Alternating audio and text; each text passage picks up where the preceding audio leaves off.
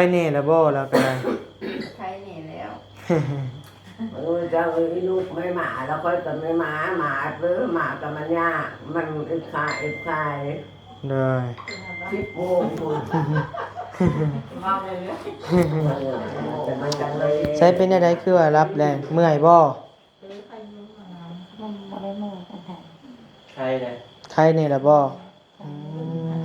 แม่นบ่ใครบ่กินฮอดผัวบ่เด็กเมื่อโอ้เพิ่นใช้ยาให้อยู่บ่กินแล้วบ่ยานี่ฮะจักราคาเรียบร้อยติชื่อสุกีราบ่ชุดกีฬาเลยราคาถึงไงเรื่องทักทามมึงดูเป็นมานอนกันยามบ่ซั่นก็เอาส่งเสียงมือ2นำผลลายได้ขันจะนั่นตามใจมันจังเฮาจังปางบแม่นปัวแม่เพิ่นย่านบ่พอนะก็อัวไม้1แล้วก็หมูปิ้งไม้1แล้วก็ไข่2หน่วยอิ่มอยู่บ่อิ่มนะครับพ่อแม่พี่น้องพิจารณาเบิ่งให้เด้อเนาะทางเขตน้องเทพงบเฮาตอนนี้ก็มีอยู่2ล้านก็บ่ฮู้ว่าสิพอหรือบ่นะพี่น้องเนาะที่เหลือเนาะโดยใน2ล้านแต่บ่ฮู้ว่าสิพอบ่บางเทื่อค่ายุค่ายามาอีกก็โอ้หนักเกินอยู่แสดงว่าเฮาเข้าคิด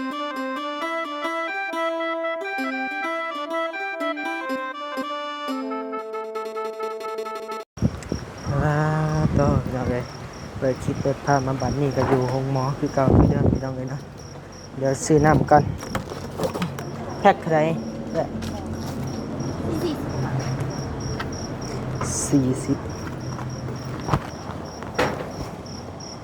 ก็ได้หาเสียงมันเลยใจออกขาหลอกมันบ่ได้พอไปแหละ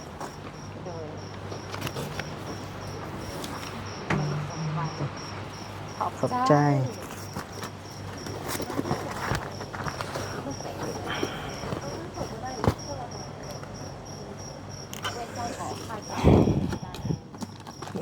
ซื้อน้ำไปให้เรากันพี่น้องเลยเนาะอยู่ห้องหมอเนาะแต่เดินทางมาฮอดบันนิวกระไดพี่น้องเลยเดินทางมาคนเดียวพี่น้องเลยทางบ่าวพัดไซกำลังไปเอารถจักรอยู่ส่งเพิ่นอยู่ห้านเนาะทางบันนิวก็สิเข้ามาเยี่ยมก่อนซื้อน้ำซื้อไนไปให้ก่อนเบิดเลยไปจักน้ำกระไดเนาะยังอยู่ห้องเก่าอยู่บ่อยเนาะเด็กบ่าวพัดไซมาแล้วพี่น้องเลย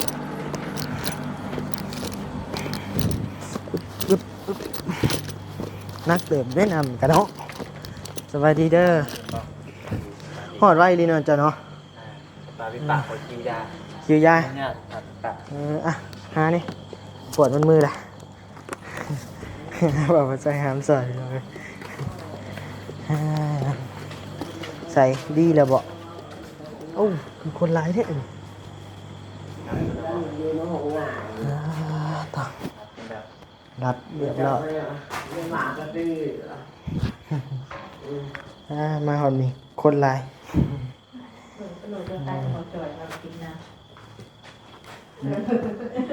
เอาลีละให้คุณน้องเข้ามาสรุปน้องให้คุณช่วยเป็นยังไงใช่โอ้โดยเจ้าปัญญาเพื่อนนั่นวะแม่มาแต่บ้านได้สิจ๊ะมาแต่บ้านดงมะเงี้ยวแม่เฮาอยู่ซิโนเฮาอยู่ซิโนเฮาเลยแม่เลยบ่คอยหลักมาเลยทั้งเงินเมตู้มันมาแต่ทางได้ใช่ยังคอยอยู่นั่นเซโปนแต่สุขอยอยู่เซโนโอ้มาได้เซโปนพูคอยอยู่จากเป็นนานเนาะโอ้โดยลูกอยู่เซโนก็สองคนแม่เซโปนแล้วมาเข้าโรงเรียนเซโนโอ้โดยใครเน่แล้วบ่แล้วก็ได้ใครเน่แล้ว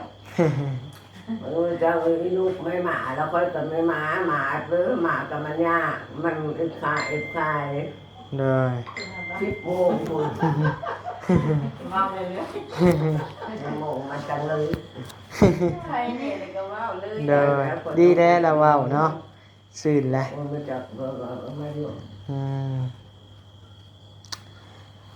เฮาหาทีมงานบ่เตียงทองฮู้อยู่บ่ ติดตาม ติดตามอยู่บ่ แม่บอกตามเลยเดี๋ยวทุกคนเจ้ายังบ่ทันเคยเห็น เอ้าคนบ่ดังนี่สิเนาะ ตัวหน้าคุ้นๆ เอ เห็ อน มาดีเจ้า มันยังบ่เคยเห็นเลย โดย ทางก็เห็น โดย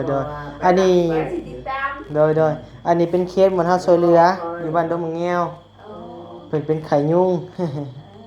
ก็เลยว่านำตัวมาหมอมื้อวานนี้กลางคืน อยู่ค่ายอยู่ค่าย โดย ติดตามนะเจ้าบอกเตียงทองอ่ะต่อ โดยเดี๋ยวจังหน่อยบ่ลี่ก็มาฮู้บ่บ่ลี่ บอดี้ก็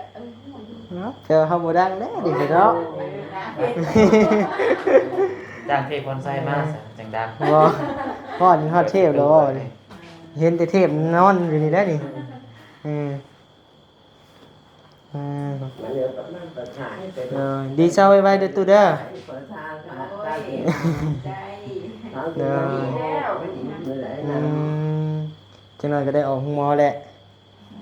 พอดีแล้วมีหมู่อยู่น้ำเพิ่น แม่พอดี อื มีหมู่ มมีหมู่เดี๋ยวนี้ก็บ่อยากมาได้เด้อติเออเออ คนมือ เอ้ย มือนะคนหมายว่าจะลูกเด้ ใช้เป็นอะไรคือว่ารับแรงเมื่อยบ่ มันบ่ได้มือกันแท้ ใครเลย ใครนี่ล่ะบ่อืมแม่นบ่ใครบ่กินฮอดครัวบ่เด็กเมื่อ หัวเลยค่ะมันยังเจ็บอยู่ โอ้เป็นใช้ยาให้อยู่บ่ ใช่ กินแล้วบ่ยานี่ฮะ กินละ เรียบร้อยติ ยาส้มจังมาได้สัก ยาชงเด้น้ำนี่น้ำซื้อมาให้ กินเบิ่งละตัวชงบ่ได้ละ เมื่อแล้วบ่เพิ่นเอาให้ใหม่ เอาเลยนะลงตลาดนะไปซื้อผักไม่เท่านะ ชงเนี่ยครับชงให้แม่กินเนี่ย ส้มมันจะออกไว กินมาแล้วอยู่หลังมากระปี กินจะละลาย คนชนูน โอ้เป็นยังไง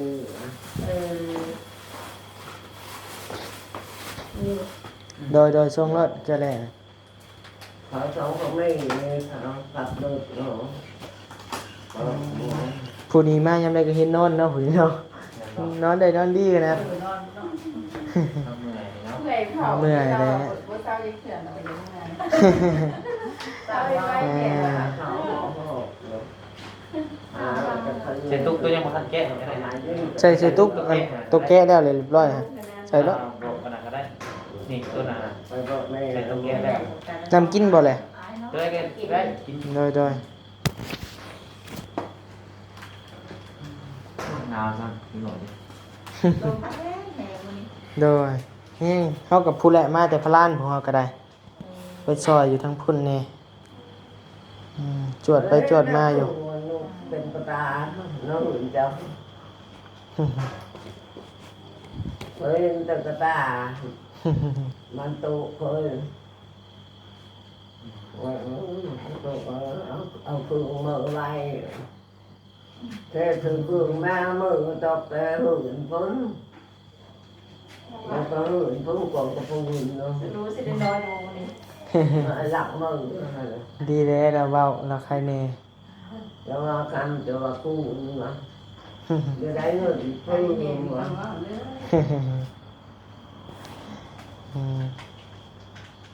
จะได้เงิน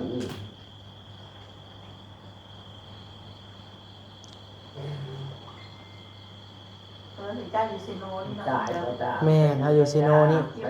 เงิน เฮาอยู่คุมหนึ่งเฮา สองหนึ่ง เจ้าอยู่คุมสอง บอกถึงข่อยอยู่พี่อยู่บ้านซีบุญเฮง โอ้ห่านป้าเฮาก็ห่านปิ่นงัวสิบุญเฮืองเด้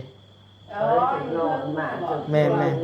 ผู้จัก แต่ เรื่ นี่ อง ปิ่ รับ น เป็น บ่ ไร ได้ทราบเพิ่นแล้วอ่ะ แม่น เออ เขาจ้างนั่นก็ คือเราชอบ ไม่ ปิ่น มา มันว่าจะ เนาะ ปิ่น ยังปิ่นอยู่ เออบ่ได้ มา ไป เหลือหลายคน เออ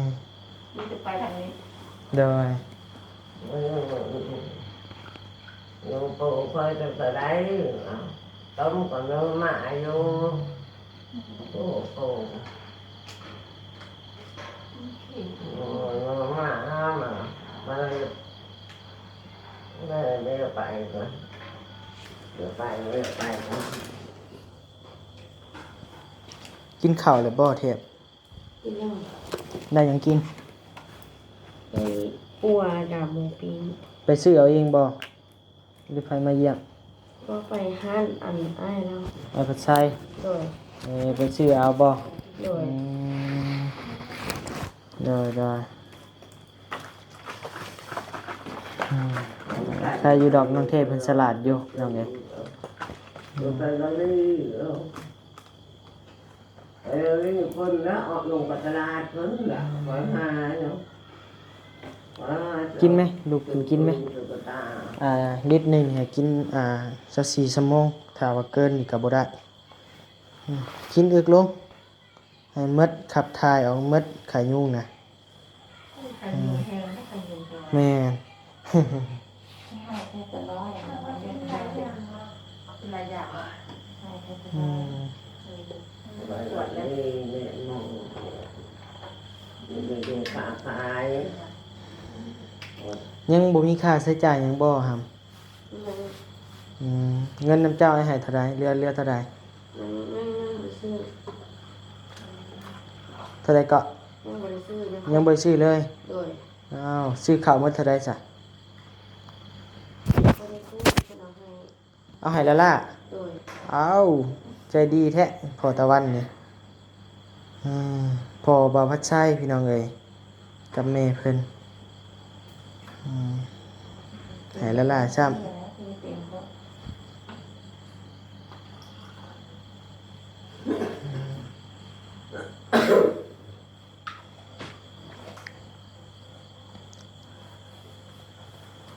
แม่รู้จักเนาะคนได้รู้จัก ตอนกี้พาพ่อเพิ่นน่ะไปอันนั้นพ่อเพิ่นเป็นพิการพาไปปัวอยู่เซโปนอยู่โรงหมอลาวเวียดบ่โรงหมอยัง มอเราเหยียดเปิดใหม่ฮะ บ่อีกโรงหมอหนึงอยู่หน้าตลาดเลยอะ หนาตลาด ลาวจิเวียด ไป2-3 มื้อ หนาตลาดเลยมีสลับ มีคลินิกหนึงอะนะ คลินิกค่ะมี แม่นพาพ่อเพิ่นไปพร้อมนะกะไปกับใครแน่บัดนี้แม่เป็นอีกบัดนี้ เปลี่ยนไปเป็นเนาะ แม่นครอบครัวเพิ่นเลยเป็นแนวนี้ว่าซั่น อืม ถูกสำาได้แห่งถูกตื่ม แม่ เงินซาลันแป้งก็บ่มีอยู่โทรหาบ้านนี่แบบบ่มีเงินจะกีบนอนถ้า2 มื้อแล้ว พาก็ตายจับไปเลยตายเนาะลูกมันจังจบแล้วก็เลิกตายวะ ลูกหลานก็กินฮอดแหละ มันแรงตายวันเลยเนาะ ลูกหลานก็กินฮอดเลยเนาะยายก็เว้า อารมณ์ดีแล้วก็ได้พี่น้องเอ้ย มันแรงตายแล้วว่ามันจังโหนโดนบ้านมันตายคือปุ๊บจะเล่นชาติก็ตาย ตายกินเหล้าตายกินยากินเหล้าเมาแล้วตายกินเหล้านอนอยู่ก็เป็น รับมัวลีเนาะตัวนี้เนาะ มะเผาแม่วันแม่เผา ไอ้นะ ต้องใช้แม่เผาอยู่อัน โด นี้ นนั่นตายแล้วพ่อก็ตายแม่ก็ตายเขาตายพร้อมกันคงเจ็บแล้วหวานชื่นนะเอาคน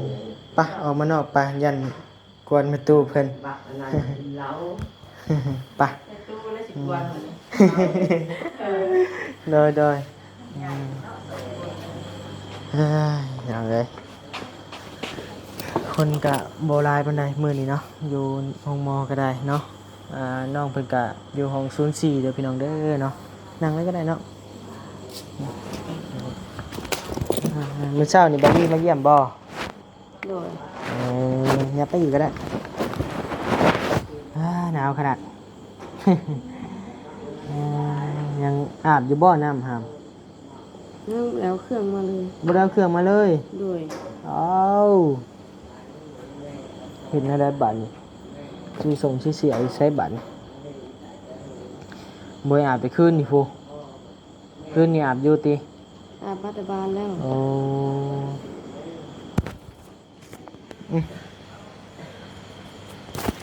อยู่ใช้ใครส่งใครเสียบ่พัดใช้ มีอยู่แล้ว อยู่ใช่ อ่าน มีอยู่บ่ เรื่อย เออซื้อ2ชุดเนาะให้น้องเพิ่นจักราคาเท่าใดพี่น้องไอ้บาทนี่ ชื่อสุดกีฬาบ่ ชุดกีฬาและราคาถึงไง เลิกทุกทาง ทักทามมึงดู เป็นมานอนเป็นยาม บ่ซั่นก็เอาส่งเสียมือซองนำผลลายได้ ขันจะเอานั่นก็ตั้งใจ มันจังเฮาจังปางบเมียนปัวแม่เพิ่นย่านบ่พออะนะ อะไรก็ได้ ดีว่า จะมีก็เอามาให้น้องเพิ่น โดยเพราะว่าทรงเสือมือซองกับบานิวก็หลายเติบอยู่พี่น้องเอ้ยทรงเสือแขนยาวก็มีอยู่ แล้วอยู่มาเอากับบ่าวน้องเพิ่น โดยกะบ่ใกล้ปานใดไกลเติบเนาะกะบ่เป็นหยังดอก ชื่กีฬาแล้วก็ ชื่ออาบน้ำก่อนสิอาบอยู่บ่น้ำนั่น จัก นะ หนาวๆเลยมื้อนี้ นะ บ่ชงดอก ในซื้อเปลี่ยนนั่นแหละผม เออ มี2-3มื้อเลยเนาะ หมอไปบอกบ่ว่าลดลงแน่แล้วบ่ไข้นั่นนี่ ยัง ยัง โดย เพิ่นมาใส่ยาให้อยู่บ่ มาอยู่ เพิ่นมาเยี่ยมมึงอยู่ โดย เออ เพิ่นก็มาถามอยู่ว่าเป็นจังไดไข้อยู่บ่ ในบ้านนั่นได้ปะนี่ แม่ว่าไข้อยู่ โอ้ยเอียงให้แขนศอกถึกบ่ ชอบตำเล็กนี่ ตื่นเลยได้ละแวงไปเบิ่เลยได้บัดนี้ได้อืมเอ้ยพี่น้องเอ้ยหนาวมื้อนี้เนาะหนาวแห้งวันนี้การจะเดินทางมาฮอดผู้ใดเดินทางมาแต่พะลานผู้ใดพี่น้องเอ้ยหาแต่ฮอดวันนี้ก็ได้ไปเคลียร์เวียกเคลียร์งานไปเยี่ยมยามตามข่าวน้องสายฟ้าแน่พี่น้องเอ้ยแล้วก็แจ้งข่าวดีของผู้สร้างแน่เนาะกลับไปพะลานกะทางบ่าวยาวหาไปเอาวงกบไปส่งเมตู้6 ปีพี่น้องเอ้ย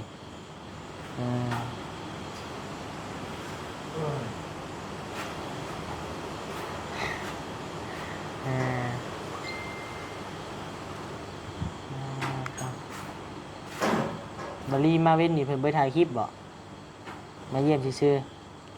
ไข้ ๆเพราะว่าเดี๋ยวตอนแรกเดี๋ยวเขามาใหม่เพิ่นว่า โดย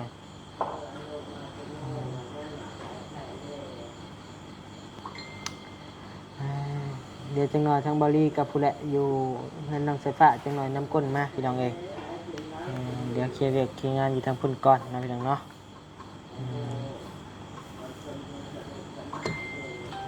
ต่อดีแล้วมีทางแม่เพิ่นมาอยู่เป็นหมู่เป็นครูพี่น้องเอ้ยแต่กะมาอยู่เป็นหมู่เดี๋ยวนี้ก็บ่อยากม่วนปานใดนะพี่น้องเนาะเพราะว่าเป็นไข้เป็นเจ็บพี่น้องเอ้ย ข้าวน้ำกินเลย กินแล้ว เรียบร้อยพ่อจะเอาให้ได้พ่อแม่จะเอาให้ ไปเอาอยู่ห้างบ่ แม่นโอ้ขอบมกขอบใจทั้งง่ายเพิ่นอีกเทื่อหนึงก็ได้ โดย ทางบาปัสไซ ขอขอบใจหลายๆเนาะ เลยเพราะว่าเป็นทางพ่อตะวันกับเมลาเพิ่นนั่นแหละเอาให้พี่น้องเอ้ยถือบ่ค่อยเว้า เว้นนี่ก็ไปซื้อข้าวน้ำเพิ่นก็บ่ยอมเอาเงินอีกตั้งแม่นว่าใจดีเนาะ ซอยกันไปเป็นแบบนั้นเนาะมีน้อยก็ซอยน้อย โดย บ้าง เฮาบ่มีเงินมีคำก็ซอยข้าวน้ำเนาะ ก็ ซอย โอ้ขอบมกขอบใจหลายๆเนาะทางบ่าวนิวก็ได้า กินกับย่างหวังแรงก็ได้ยังไง มันยังอั่วแล้วก็ จะมานั่ง ปิ้ง นี่ ไม้ นะ หนึง ข่อยคือ แล้วก็ไข่สองหน่วย ใช่มันกลัวอยู่ ยังก็ปิ้ง อั่วไม้หนึงแล้วก็หมูปิ้งไม้หนึงแล้วก็ไข่2 หน่วย ปิ้งหรือบ่ อิ่ม ทั้งแม่ได้กินหยัง กินหมูปิ้ง อืมได้มาเท่าไปพี่น้องเอ้ยเนาะเฮากะนี่แหละเพิ่นก็ซอยมาก็ลุกผ่อนค่าใช้จ่ายลงเล็กน้อยพี่น้องเอ้ย ก็กันซื้อก็เท่าละ4-50 โอ้ และ แม่นและ คือเพิ่มเช้านี่ก็2ถ้วยก็60เลย โอ้จะเอาเพิ่นให้อีกบ่เช้านี่จ้ะโอ้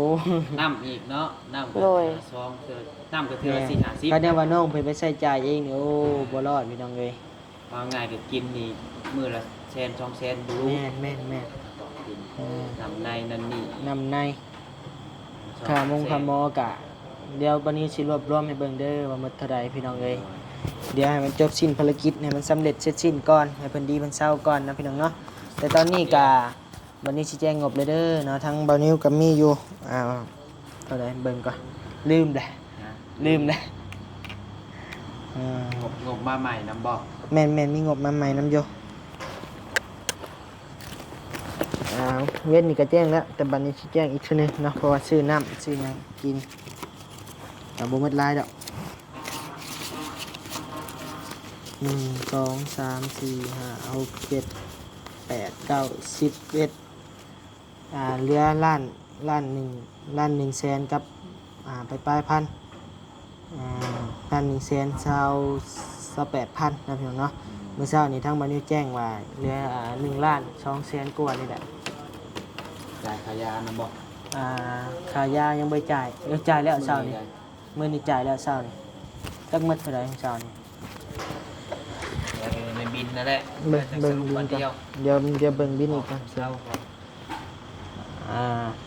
ใส่ราคาจ่ายแล้ว261,000 ขายาซะนี่ แม่ ยังมืออื่นอีกเนาะ มือนี้กับน้องเพิ่นกระจายมาเล็กมาน้อยไปก็หมดหลายเติมอยู่เพราะว่าข่อยเอาเงินเมียนให้อยู่เด้ ยังมีบ่ ยัง ให้อยู่มื้อเช้านี่ก็ให้อีก300,000ก็ค่าใช้จ่ายเฮาก็รวมบานิวกับบาลีก็ยังเหลืออยู่2ล้านซะพี่น้องเอ้ยเนาะบาลีมีล้าน1บานิวมีล้านเนาะก็ยังเหลืออยู่2ล้านพี่น้องเอ้ย ที่แรกว่าหมอเพิ่นว่าลองเบิ่งสิจังแลก ให้ออกบ่เออ ยังบ่ได้ออกครับทางเบิ่งมื้ออื่นบัดเนาะ ปัวจนเราดีผู้นแหละจนว่าเงินเฮาหมดผู้นแหละจังหวะกัน เศร้าก็ ออกก่อนก็ได้โดยคะแนนว่าเช้าดีกะ ดีขึ้นเงินกัน มองเพิ่นเก็บไว้ก่อนเนาะอย่ามันจำเป็นนั่นอีก ก็ได้ต้นพี่น้องเนาะคือน้องเทพเพิ่นกับน้องไทยบ่ แม่น้องเทมน้องไทยน้องปื้ม ต้นเล็กน้อยนี่แหละพี่น้อง โดย กำลังใหญ่ มีแต่ในเฮือนแล้วพ่อเฒ่ากับแม่เฒ่าอยู่เฮือนกะอยู่เฮือนกับ2คนแม่เฒ่ากับเพิ่มแล้วก็อยู่หน้ากับพ่อเฒ่ากับพ่อจักสิกินข้าวก็ไปสั่งละ โอ้ มันบ่มีคนอยู่แล้วมันยาก โดยตะกี้ดอกแม่จะเป็นเสาหลักตี โดย ไปหาข้าวหาน้ำสิกิน โดยอันนี้ไม่เท่ากับเท่าแล้วก็ไปใส่บ่ได้ละ โดยหากบ่เป็นหยังดอกบ่ห่วงก็ได้ มีแต่เฮาเอาอันอยู่หมอบ่อนเฮาอยู่ต่างถิ่นนี่ดีกว่าก่อนเพิ่นน่ะมีอาจจะมีพี่น้องมายืนอยู่ดอก โดย พี่น้องก็อาจจะฮู้อยู่ดอกบ่เป็นห่วงก็ได้ครับ เพราะว่าเฮาอยู่ทางพี่เฮาต้องเป็นห่วงทางนี้ก่อนเพราะว่ามันบ่แม่นเฮือนชานเฮาอยู่พุ่นเฮายังมีญาติพี่น้องอยู่เนาะว่าเรื่องห่วงก็ห่วงได้เนาะก็ แต่ก็เป็นห่วงทางพี่หลายกว่าเนาะครับเนาะ เรานั่นจะใครแน่กับเมื่อ โดย นั่นแหละคือว่ายันจะทางขุนแน่คือว่าและทางหนักกันเนาะ โดย ทางเฮากับเนี่ยรอบนึงเนาะเฮากันมาจอดมาเบิ่งเอาเด้อเปลี่ยนกันมา เปลี่ยนกันมาตอนเช้ากับบ่าวพัดชัย แม่น ตอนเพลนกับบ่าวนิวแรงๆมากับน้ำกันบัด โดยเรามีเวลาว่างเราก็มา โดย พอน้องปัดใจกับน้อยยังดอกอยู่คงมอลายกับเจ็บหัวเป็นหนอกคิวยา คือหลายคนอยู่บ่ถือกับหมอมันบ่อยากคักบ่าวนิวก็ได้อยู่เรื่องกินเหล้ากินยาแต่ว่าอยู่หมอมันบ่ม่วนพี่น้องเอ้ย ว้าวแล้วเนาะคืออยู่ที่อยู่บ้านแล้วอยู่ เอาซั่นเลยเด้อพี่น้องเด้อเนาะเดี๋ยวทางบ่าวนิวก็สิได้นั่งโอ้นั่งลมกับน้องเพิ่นก่อนอยู่เป็นหมู่ก่อนพุ่นแหละดึกๆพุ่นแหละจังสิพากันกลับเนาะนั่งโอ้นั่งลมกันห้องกว่าเลือดบ่ ย่างไปนะ ย่างไปพุ่นแหละบ่นี่อยู่ใกล้ๆบนพัดลมนี่ แม่นๆเจ้าย่างไปรถ คันดานเป็นอ่านว่าเพิ่นเขียนอยู่ ทางพ่อเพิ่นมากดมีกดเลือดว่าซั่นเนาะอาจจะมาจาก บ่ฮู้ใดคือข่อยเมื่อคืนนี่กันเรื่อยๆเรื่อยๆคือกัน แม่นคือแบบทางพ่อเพิ่นมา ก่อนมาเด้ โอ้ไปเปิดห้องทิพย์แบบ คือให้น้องเทพเพิ่นมา โอ้เราเปิดเขาแล้ว คือน้องเทพเป็นคะแนนบอกมานั่นนี่ก็คือสิ บ่ฮู้ดอกเด้อ มาเองมานะ เอาเนาะอยู่ดีมีแฮงเด้อพี่น้องเด้อเนาะลำไปรวยจะเจ็บจะจนเนาะฝากพ่อแม่พี่น้องพิจารณาเบิ่งให้เด้อเนาะทางเขตน้องเทพงบเฮาตอนนี้ก็มีอยู่2ล้านกับบ่ฮู้ว่าสิพอหรือบ่นะพี่น้องเนาะ ที่เหลือเนาะ โดยใน2ล้านแต่บ่ฮู้ว่าสิพอบ่บางเทื่อค่ายุค่ายามาอีกก็โอ้หนักเกิบอยู่คะแนนว่าเฮาเข้าคลินิกแฮงกว่านี้พี่น้องเอ้ย โอ้ย ก ก ว ว ด ดซิป แน่น บรุษ แน่นอน เพราะว่ามันแลกมาจากบริการที่ดี แ อ่านั่นนี่คือพี่น้องฮู้แหละเนาะเอาอยู่ดีมีแฮงเด้อพี่น้องเด้อเราก็เจ็บบ่อยได้ความไข้บ่อยมีปรารถนาสิ่งใดขอให้ได้สิ่งนั้นสมความมุ่งมั่นปรารถนาอย่าเจ็บอย่าจนร่ำรวยๆเด้อพี่น้องเด้อเนาะโดยสุขภาพเข้มแข็งเนาะโดยสบายดีสาธุ